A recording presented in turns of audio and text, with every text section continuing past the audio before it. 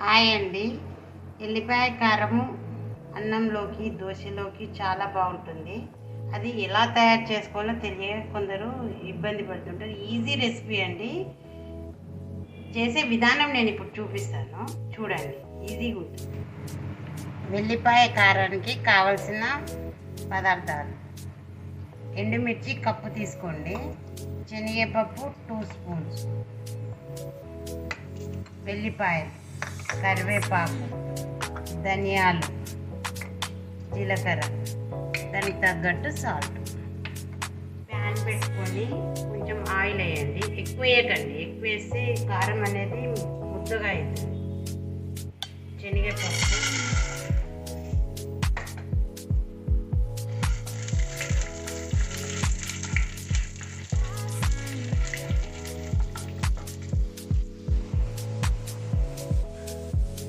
కొంచెం ఇలా కలర్ మారుతున్నప్పుడు ధనియాలు వేసుకోవాలి.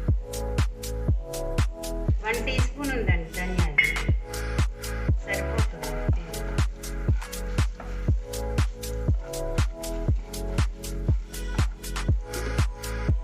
కొంచెం జీలకర్ర,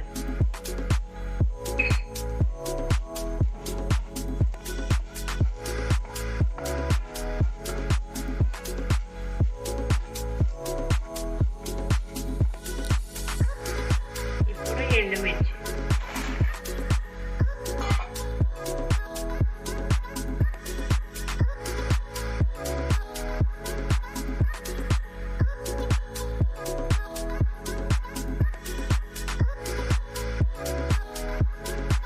ఇది కొంచెం కలర్ రావాలంటే. ఎక్కువ వేడై నల్లగా అయితే చేదు కూడా వస్తుంది, కాబట్టి కలుపుతూ ఉండాలి ఎప్పటికీ.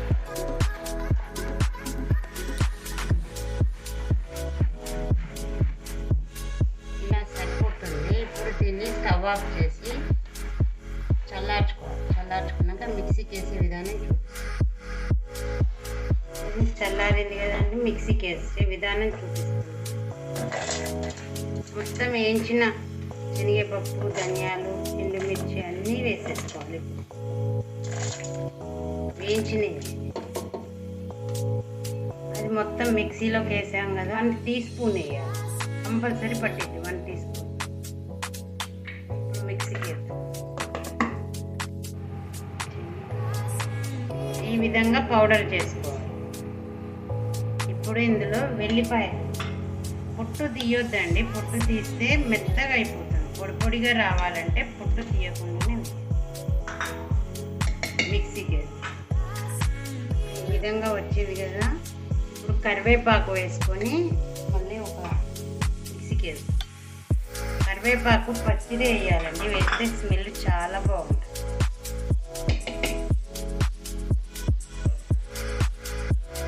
కరివేపాకు వేసాం కదండి, ఇలా పొడి పొడిగా ఇలా ఎంత బాగుంది చూడండి. టేస్ట్. ఉల్లిపాయ కారం రెడీ.